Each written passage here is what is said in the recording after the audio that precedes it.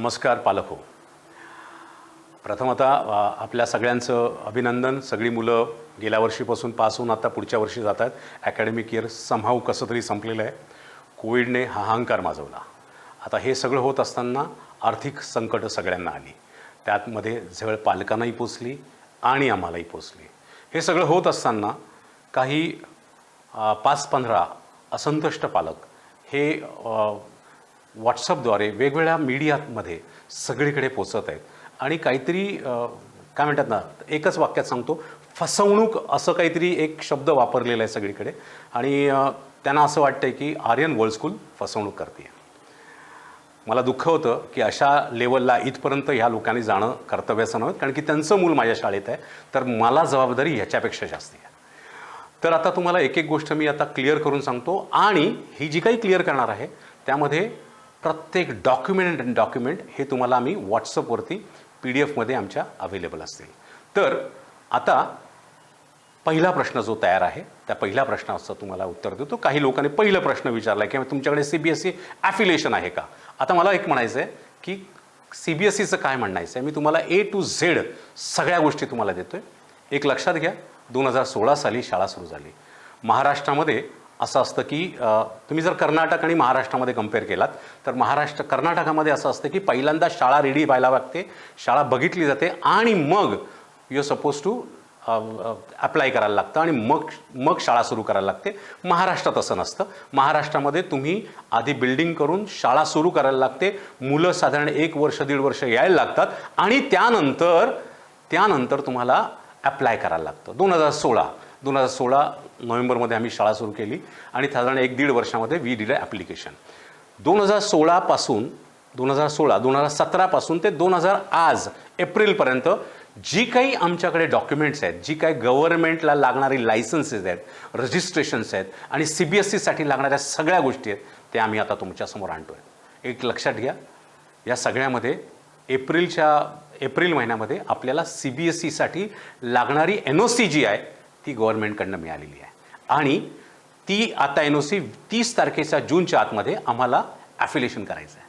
त्यामुळे एक लक्षात घ्या की CBSEचे ॲफिलिएशन यावर्षी कुठल्या परिस्थितीत होणारच आहे. अजून एक तुम्हाला गोष्ट सांगायची आहे की काही लोकांना असं म्हणणं आहे की फसवणूक केलेली आहे.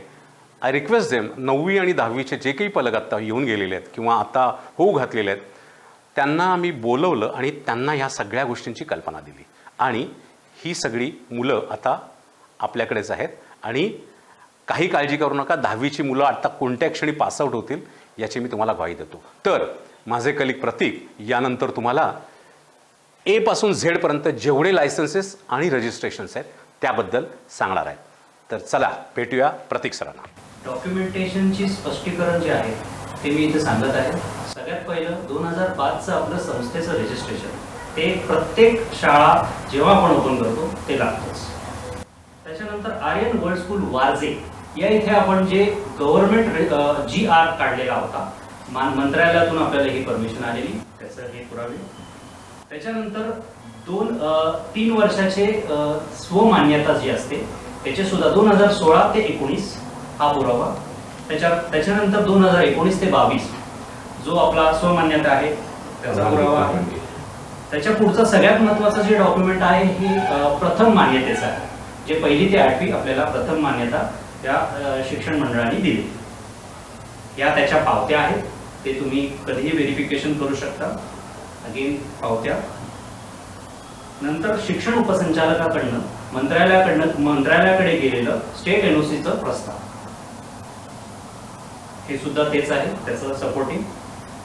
सगळ्यात महत्त्वाची एप्रिल महिन्यामध्ये आपल्याला स्टेटची NOC CBSE ॲफिलिएशन करण्यासाठी मिळालेली आहे आणि या वर्षाअखेरीस आपल्याला CBSEचा ॲफिलिएशन नंबर सुद्धा मिळतो. ही सर्व डॉक्युमेंट्स तुम्हाला लिंकमध्ये व्हॉट्सअपला मिळतील व तुम्हाला स्वतःहून तपासणी करायची असेल तर तुम्ही वारजेच्या शाळेत जाऊन तुम्ही करू शकता.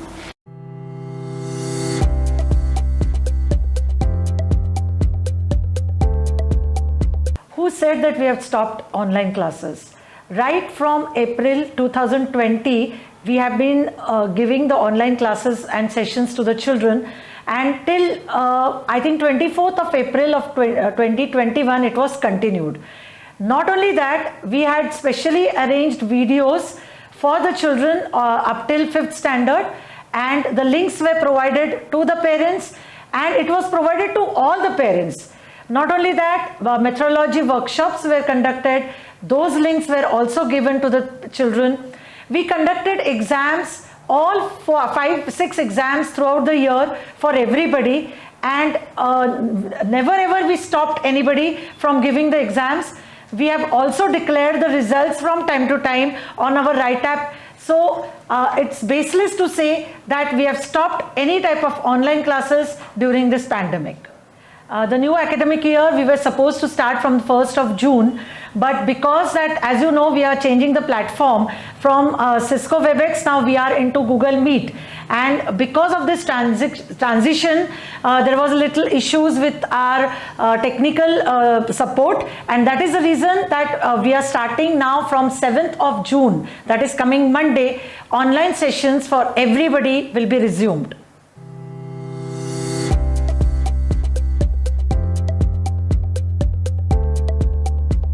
मला सांगा, फी मागायला नको? फी तर आली पाहिजे. तुम्हाला कॉर्पोरेशन टॅक्स भरायला लागतो, तुम्हाला अन्न खाद्य जे काय तेही तुम्ही भरून घेता, त्यासाठी पैसे लागतात. मग तसंच संस्था चालवताना मलाही पैसे लागतात, आमच्या सिस्टमला पैसे लागतात. 930 स्टाफ आहे. सो फी भरणं हे इनएव्हिटेबल आहे. मला एक सांगा, हे सगळं होत असताना पहिल्यांदा in the month of like March April itself I told don't worry about the fees, आणि तुम्ही फीस बिंदास भरा, थोड्या दिवसांनी भरलं तर चालेल. ह्याचे सगळे डॉक्युमेंट्स याच्यामध्ये आहेत, आणि हे सगळी ही जी काही डॉक्युमेंट आहे ही PDF फाईल ही तुम्हाला मिळणार आहे. लक्षात घ्या, याच्यामध्ये सगळ्या इत्यवृत्त त्यामध्ये आहे. आता मला सांगा, साधारण कुठेतरी नोव्हेंबर डिसेंबर पर्यंत we did very well. November December पर्यंत आम्ही फार छान सगळं केलं. लोकांना म्हणालो तुम्हाला जसं जमेल तसं भरा. डिसेंबर नंतर आम्ही लोकांना असं म्हणालो की एक काम करा, तुम्हाला फी भरा, प्लीज जमेल असेल तर भरा, लवकरात लवकर भरा. अशा प्रकारचे आम्ही लोकांच्या मागे लागलो. आता खरं सांगा, अकॅडमिक इयर जेव्हा एप्रिल महिन्यात संपतंय त्यावेळी मी लोकांना फी मागू नये, माझा अधिकार नाहीये. ऍज अ सिस्टम चालवत असताना एवढे स्टाफ आहे 930, त्या सगळ्यांसाठी अधिकार नाही का? So it is very much needed. हे होत असताना मला सांगा, शाळा इमोशन्स वरती चालत नाही, शाळा हवेवरती चालत नाही. यासाठी पैसेच लागतात, पैशाशिवाय काय होत नाही. पण मागताना गेल्या मार्च एप्रिलची फी मी जर एप्रिल महिन्यात मागत असेल तर मी चुकत असेल तर मला सांगा. पालक सुज्ञ आहात तुम्ही मला सांगा, मागणं चुकीचं आहे. हे होत असताना एप्रिल महिन्यात मी परत एक सांगितलं की काही लोकांना जमत नसेल तर तुम्ही या आणि तुमच्या मी PDC घेतो. साधारण नोव्हेंबर डिसेंबर मध्ये काही लोकांकडे आम्ही गेलो, त्यांना आम्ही सांगितलं, त्याचेही डॉक्युमेंट्स आमच्याकडे डॉक्युमेंटेशन आहे की तुम्ही या भेटा. किती जण आले? मोजून 12-15 जण आले, आणि त्यांनी आमच्याकडनं फीचं बाबा PDC घेतो म्हणून सांगितलं. आता सुद्धा किती आहेत? या बारजामध्ये फक्त 20 पालक आहेत, जे फक्त आम्हाला जिनियन पालक आहेत. त्यांना आम्ही 20 पालकांना PDC घेतलेले. आता सुद्धा आम्ही सांगतोय की पुढच्या 2-4 दिवसामध्ये या, तुम्हाला प्रश्न असतील पैशाचे, काही काळजी करू नका. We are here. आपण आर्यन्स परिवार आहोत. या आर्यन्स परिवारासाठी आपण एकत्र आलं पाहिजे. पोस्ट डेटेड चेक द्या, बिंदास राहा, I am there to help you. पण अशा प्रकारे कुणीतरी हक्क आहे पैसे न भरणं, मला सांगा, हा हक्क आहे का हो? आम्ही पैसे भरणार नाही ऑनलाईनमुळे सांगा मुलांना, शाळा आम्ही शिकवायचं कमी केलं का? माझ्या शिक्षिका ज्या प्रकारे काम करत होता, do you think it is right? So लक्षात ठेवा, फी भरणं हे साहजिक आहे. कदाचित आजचं उद्या करता येईल, पण ते सुटणार आहे का? करायला पाहिजे. जसं तुम्हाला तुमचं घर चालवायला सगळ्या गोष्टींची पैशाची गरज असते, तशीच आम्हाला पण गरज आहे. सो फी भरा 100%. आणि मी काय म्हणतोय, PDC द्या ना. हो, गेल्या एप्रिलच्या आता एप्रिलला सुद्धा मी PDC घेतोय. ठीक आहे, थँक्यू.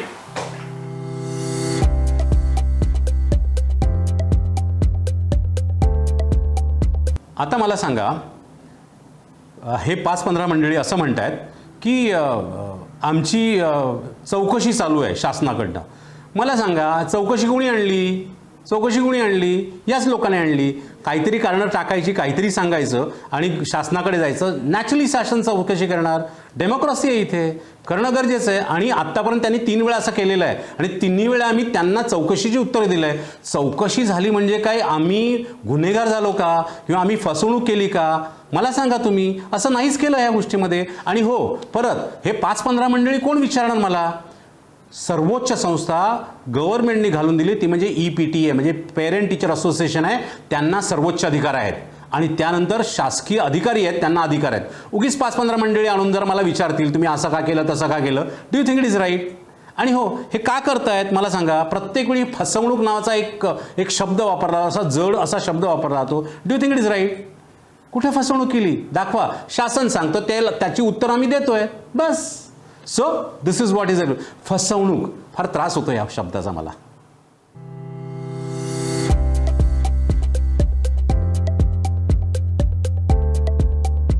आता माझ्या पालकांना मी 50% पैसे देतो असं ते म्हणतात आणि तुम्ही 100% आमच्याकडे घेता. अहो 100% कसे घेतो? मला समजा 100 रुपये येत असतील, त्या 100 रुपयातले 60 ते 65 रुपये हे फक्त ट्युशन फी द्वारा येतात आणि मी तुमच्याकडनं काय घेतोय? ट्युशन फी घेतोय. त्या ट्युशन फी मधले सुद्धा सुज्ञ आणि चांगले पालक 30 आणि 35% भरतायत. मला सांगा, म्हणजे 100%चं जे काम आहे 100 रुपयामध्ये व्हायचं काम ते 25 आणि 30 रुपयामध्ये होतंय. आणि हे सगळं होत असताना 90% पैसे हे एक्सपेन्सेसमध्ये जात आहेत. 10% जे राहिलेले पैसे आहेत ते फक्त एक्सपान्शनमध्ये जात आहेत. मला सांगा 30% पैशामध्ये हे 100%चे कामं कशी व्हायची? आणि हो, पुढची गोष्ट मला असं म्हणायचं आहे, 50% मी पैसे देतोय माझ्या म्हणजे आपल्या स्टाफला, त्यांना काही प्रॉब्लेम नाही आहे. माझ्या इतर आजूबाजूच्या शाळांबद्दल मी तुम्हाला थोडीशी, इथे माझ्याकडे वर्गवारी आहे.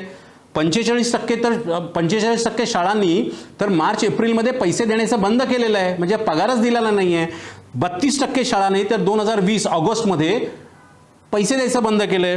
9% शाळा जानेवारीपर्यंत दिले, कारण की परत सेकंड वेव्ह तयार झाली, जानेवारीपर्यंत दिली. आणि साधारण कुठेतरी 12% शाळा माझ्यासारख्या ज्या 30%, 40%, 50%, मी 50% पैसे देतो, 50% पैसे मी त्यांना दिले. काय वावगं केलं त्यामध्ये? आणि 2% शाळा ज्या आहेत, ज्या धनदांडग्या आहेत, ज्यांच्याकडे पैसा आहे, ज्या गेले 100 वर्ष आहेत, ते 100% पैसे देतात. नमस्कार, मी मिसेस ऋतू Joshi, Aryans world school Warje येथे कोऑर्डिनेटर या पदावर कार्यरत आहे. गेली 8 वर्ष मी या परिवाराचा एक सदस्य आहे. मी इथे मुद्दाम परिवार हा शब्द वापरते बरं, कारण जसं आपल्या परिवारामध्ये आपण एखाद्या मुलाची किंवा एखाद्या सदस्याची काळजी घेतो, तशी या संस्थेनं आम्हा सर्व शिक्षकांची आणि शिक्षकेतर कर्मचाऱ्यांची नेहमीच काळजी घेतलेली आहे. नियमितपणे आम्हाला इथे पगारही मिळतो. पण खरं सांगू का, या कोविडच्या परिस्थितीमुळे साधारण नोव्हेंबर महिन्यापासून आमची संस्था आर्थिक अडचणीला तोंड देत आहे. पण त्याच्यातील एक जमेची बाजू अशी आहे की आम्हाला बऱ्याचशा पालकांकडून सहकार्य मिळत आहे. गेली वर्षभर आमचे सर्व शिक्षक अत्यंत मनापासून आणि पूर्ण तयारीनं ऑनलाईन क्लासेस घेत आहेत. मग मला सांगा, त्यांना त्याचा मोबदला नको का हो मिळायला? आज ही कोविडची परिस्थिती आहे म्हणून आपल्याला कुठलीही गोष्ट बाजारामध्ये मोफत मिळते का? नाही ना. मग शिक्षणासारखी बहुमूल्य गोष्ट ज्याच्यावर आपल्या मुलाचे भवितव्य अवलंबून आहे, ती गोष्ट आपल्याला मोफत मिळावी आणि तीसुद्धा वर्षभर, ही अपेक्षा करणं कितपत योग्य आहे? शाळेतून मिळणारा शिक्षणाचा दर्जा, वर्षभर घेण्यात येणाऱ्या परीक्षा, त्याचे मूल्यांकन, त्या परीक्षांचे स्वरूप आणि ऑनलाईन स्पर्धा, या सगळ्या गोष्टी एका मुलाच्या वैयक्तिक विकासासाठी किती महत्त्वाच्या आहेत बरं. पण खरोखरच दुर्दैवाने काही लोक त्याकडे दुर्लक्ष करत आहेत आणि उलट शाळेबद्दल उलटसुलट तक्रारी शासनाकडे करत आहेत. तर हे कितपत योग्य आहे? एक पालक म्हणून या मुलाच्या वैयक्तिक विकास, सर्वांगीण विकास या गोष्टींकडे दुर्लक्ष होत आहे आणि एक शिक्षक म्हणून आम्हाला या गोष्टीची खरंच खूप खंत आहे. आणि एक गोष्ट, शाळा म्हणजे फक्त शिक्षक नाही हो, त्याच्याबरोबर येतो तो शिक्षकेतर कर्मचारी वर्ग, जसे की मावशी, बस काका. तर या सगळ्यांची जबाबदारी या एका संस्थेवर आहे. त्यामुळं माझी तुम्हाला कळकळीची विनंती आहे की तुम्ही फी भरून या संस्थेला सहकार्य करावे. जसं मी सुरुवातीला म्हणलं की हा आमचा एक परिवार आहे आणि जेव्हा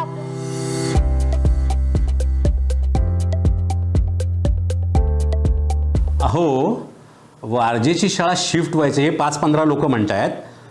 हे काय विंचवाचं बिराड आहे का? पाठीवरती घेऊन मी कुठे फिरायचं? 1700 पालक आहेत, 1700 पालक, त्यांची मुलं आणि त्यांचे इमोशन्स माझ्याबरोबर आहेत. कसं काय मी शिफ्ट करू शकतो? याच्या एवढी हास्यास्पद गोष्ट कुठली नाही. आणि हे चुकीचं आहे ना. लोकांना बिथरवायचं, काय लेवलला बिथरवायचं? Do you think it is right? आणि आता मला सांगा, गव्हर्नमेंट बरोबर काम करताना मी 2048 पर्यंत या जागेचा माझ्यावर करार आहे. 2048 पर्यंत. आणि जवळजवळ 60 ते 65 लाख रुपये मी गव्हर्नमेंटची फीस भरलेली आहे, म्हणजे रजिस्ट्रेशन फी भरलेली आहे. मग असं कसं निघून जाईल? असं कसं निघून जाता येतं? आणि होऊ शकतं का? आम्ही स्ट्रॉंग आहोत. होऊ शकतच नाही, होऊ शकणार नाही. रादर पुढे जाऊन सांगतो की आमच्याकडे 1700 मुलं आहेत आणि अजून 200-300 मुलं येतील, याची गॅरंटी आहे आम्हाला. आम्ही कुठे ॲडव्हर्टाईज करत नाही. आमच्याकडे असं काही होण्याची शक्यता मुळीच नाही आहे. आणि अजून एक प्रश्न एका व्यक्तीने टाकला होता, एक स्त्री होती तिने टाकला होता, तिच्याशी मी बोललो. नरे आणि आंबेगावची आमच्या नरे आणि आनंदनगरची शाळा. सर ती शाळा मी जेव्हा सुरू केली होती 2012-13 साली, तर ते एक बंगला होता. आता त्या बंगल्यामध्ये शाळा होती आणि दोन्ही मिळून 100च्या वरती मुलं तिथे बसूच शकत नव्हती. त्याच्यापासून अर्धा ते पाऊण किलोमीटरवरती आम्ही मानाजीनगर म्हणून जागा आहे जस्ट इथे सणस विद्यालयाच्या मागच्या साईडला, त्या मानाजीनगरमध्ये शाळा सुरू केली. आणि ती किती मोठी आहे, 1.5 एकरमध्ये शाळा आहे. आणि रूम्स किती आहेत, साधारण 18 आणि 6 24 रूम्स तिथे आहेत. मला सांगा, ग्राउंड मुलांना खेळायला मिळतं, मोठे प्रशस्त वर्ग आहेत. चालू करताना प्री स्कूल म्हणजे प्ले ग्रुपपासून ते 4थीपर्यंत आम्ही शाळा चालू करतोय. काय वाईट केलं त्यामध्ये? आणि ह्या शाळा बंद केल्या हे सांगताना जग जाहीर बंद केलंय मी. आणि कोणाला फसवणूक काय करायचं, परत ते फसवणूक आलं. फसवणूक काय केली मी यामध्ये? कोणाला फसवणूक केली? पालकांना शिक्षण दिलं आणि त्यांना फॉर एक्झाम्पल आनंदनगर बंद केल्यानंतर मी त्यांना वारजेला पाठवलं किंवा आम्ही धायरीच्या शाळेमध्ये पाठवलं. सगळ्यांचं भलं केलं, कोणाचं केलं नाही. आणि हो, तुमच्याकडे सबळ पुरावा दाखवतो. मानाजीनगरला ही 1.5 एकरची जागा आहे आणि तिथे ही शाळा सुरू होती. जरूर जाऊन बघून घ्या, म्हणजे तुमचे डोळे तरी काय म्हणतात दिपतील. अशा शाळांचे काम आता सुरू आहे, काम चालू अवस्थेत आहे, कारण की करोनामुळे आम्ही थांबलो होतो.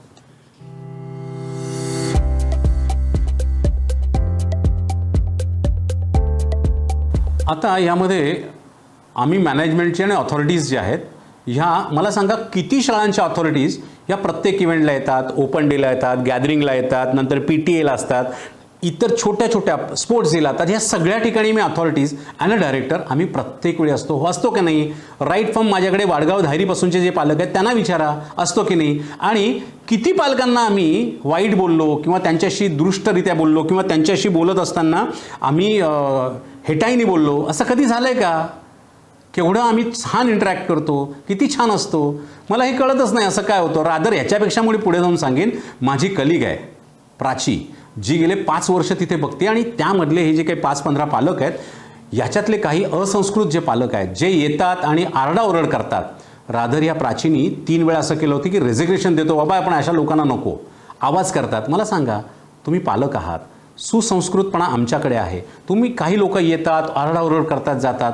हेच आपण मुलांचे आपल्या हे अशाच प्रकारे आपला विद्यार्थी किंवा तुमचं जे पाल्य आहे त्याला अशाच प्रकारचे आम्ही संस्कार देणार आहोत का?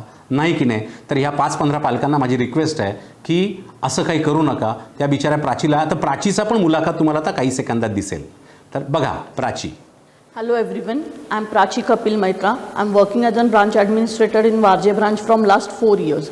Most of the parents मला खूप चांगलं कोऑपरेट करतात, रिस्पेक्ट करतात. पण काही बंच ऑफ पेरेंट्स आहेत की जेव्हा फीस द्यायची वेळ येते तेव्हा खूप डिसरिस्पेक्ट करतात, ॲरोगंटली बोलतात आणि न्यूसेन्स क्रिएट करतात. हे बरोबर आहे का? या रिझनमुळे मी रिझाईन करायचं सुद्धा ठरवलं होतं. बट बिकॉज मला शाळेचं काम वगैरे खूप आवडतं, so I have continued the Aryans family. आज आपण we belong to a very well educated and cultured families. आपण लेडीजला रिस्पेक्ट करतो. जसं तुम्ही घरी लेडीजला रिस्पेक्ट करता तसं तुम्ही इथे बाहेर येऊन सुद्धा लेडीजला रिस्पेक्ट करा. We all are there to support you. तुम्ही as an Aryan's family. Thank you.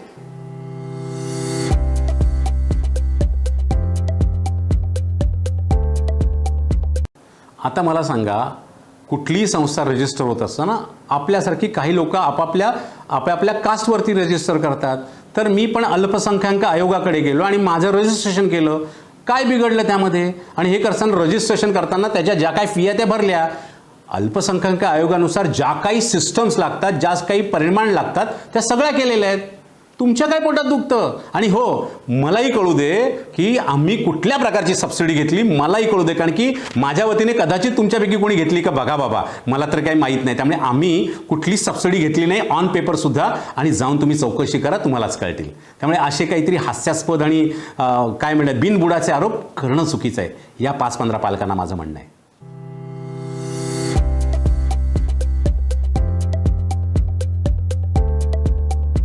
I am Mrs. Vaishali Kulkarni, the newly appointed principal for Varze branch.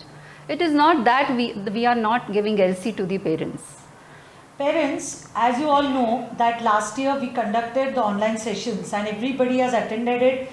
Not only that, they appeared for the exams. We have given them results from time to time. Now, there are few of you who are putting the allegation on us that we are not issuing LC to you all. Now my question is that unless and until you clear all the dues of last year, how can we give the LC to you? But it is not that we are not taking the application from you. We have got a format where the parent has to come and he has to fill the format that he wants to apply for the LC. You can come and check in our admin office. We have taken those applications from the parents. Our only concern is that they need to clear their dues because they have availed all the online sessions and the exams and the results.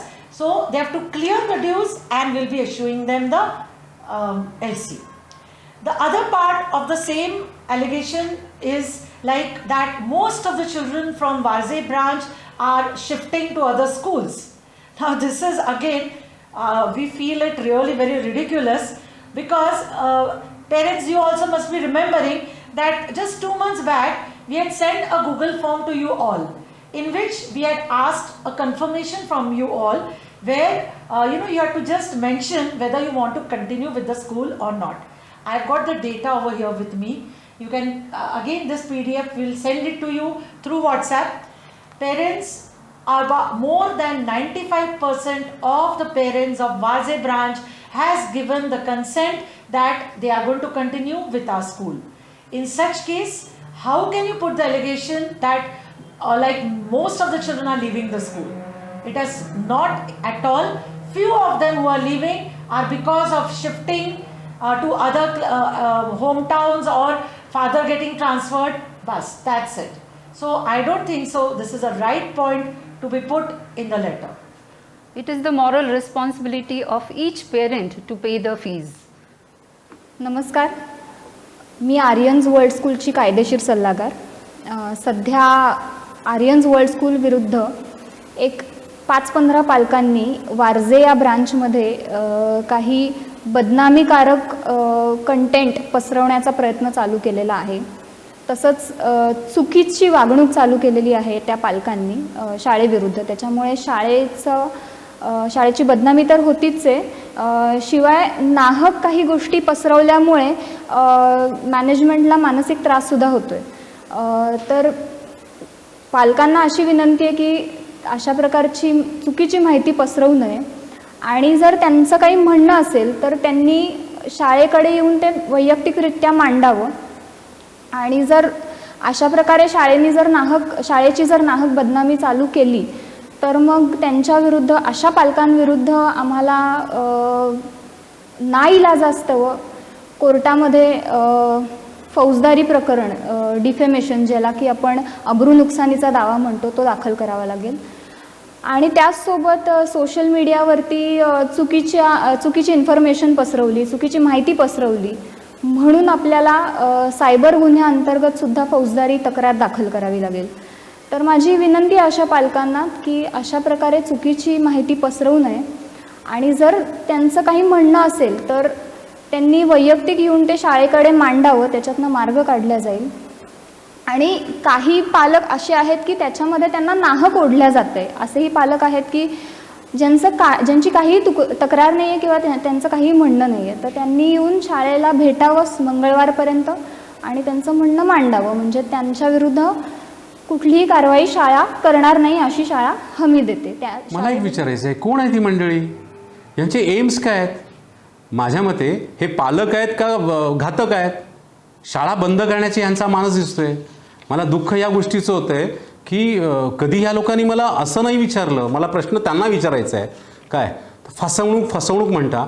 मला एक तुम्हाला प्रश्न विचारायचा आहे, अशा पालकांना 5-15, कधीतरी तुम्ही आलात का हो? मुलांचा अभ्यास कसा चालला आहे, त्यांना उजळणी किती दिली आहे, त्यांचा नाविन्याचा ध्यास काय आहे, एज्युकेशन क्वालिटी कशी असावी, ॲकॅडमिक एक्सलन्स कशाला म्हणतात, यासाठी किती वेळा तुम्ही आलात हो? मी तुम्हाला प्रश्न विचारतो आहे. मला पुढचा दुसरा प्रश्न विचारायचा आहे की ह्या सगळ्यामध्ये बरोबर तुम्ही मार्च एप्रिल मे जून महिन्यातच का येता हो? याच वेळी असे प्रश्न तयार का करता? मला माहिती आहे तुम्ही का करता, आणि की जेव्हा पैसे द्यायची वेळ येते ना त्याच वेळी तुम्हाला असं वाटतं. वर्षभर तुम्हाला कधीच वाटत नाही, पण हे गोष्टी हा प्रश्न मला तुम्हाला विचारायचा आहे, why you are doing it. दुसरी गोष्ट मला हे सांगायचं आहे, साधारण गेल्या नोव्हेंबरमध्ये 150 आणि 170 मुलं आमच्याकडे होती 2016 साली. आज आपल्याकडे कमीत कमी 1700 मुलं आहेत, सगळी मिळून प्ले ग्रुप नर्सरीपासूनची. मला सांगा, उगीच झालं का? काहीतरी शिक्षणाचा दर्जा जबरदस्त असेल, अकॅडमिक एक्सलन्स असेल, एक्स्ट्रा करिक्युलर ॲक्टिव्हिटीज फार सुंदर असतील, त्याचमुळे झाल्या ना. अदरवाईज काय असं काही जादूची कांडी आहे त्यामुळे झाल्या का? आणि सुज्ञ पालक आहेत, हे चांगलेसे सुज्ञ पालक आहेत, त्या लोकांनी रेकमेंडेशन केलं आणि म्हणून झाल्या. आज सिंहगड रोड असू दे, वारजे असू दे, या सगळ्या एरियामध्ये जर तुम्ही मूल्यांकन केलं तर one of the best school is Aryan world school of Warje, होय की नाही? आता हे सगळं होत असताना मला एक अजून एक सांगायचं आहे की मला तुमच्यासारखं लाऊड होता येत नाही. आई वडिलांचे चांगले संस्कार आहेत, कदाचित तुमच्याकडे असतील, पण अशा प्रकारे एखाद्याला एक्सपोज करणं, do you think it is right? आणि मिसगाईड करणं, मला दुःख या गोष्टीचं वाटते, तुम्ही त्या लोकांना मिसगाईड करताय.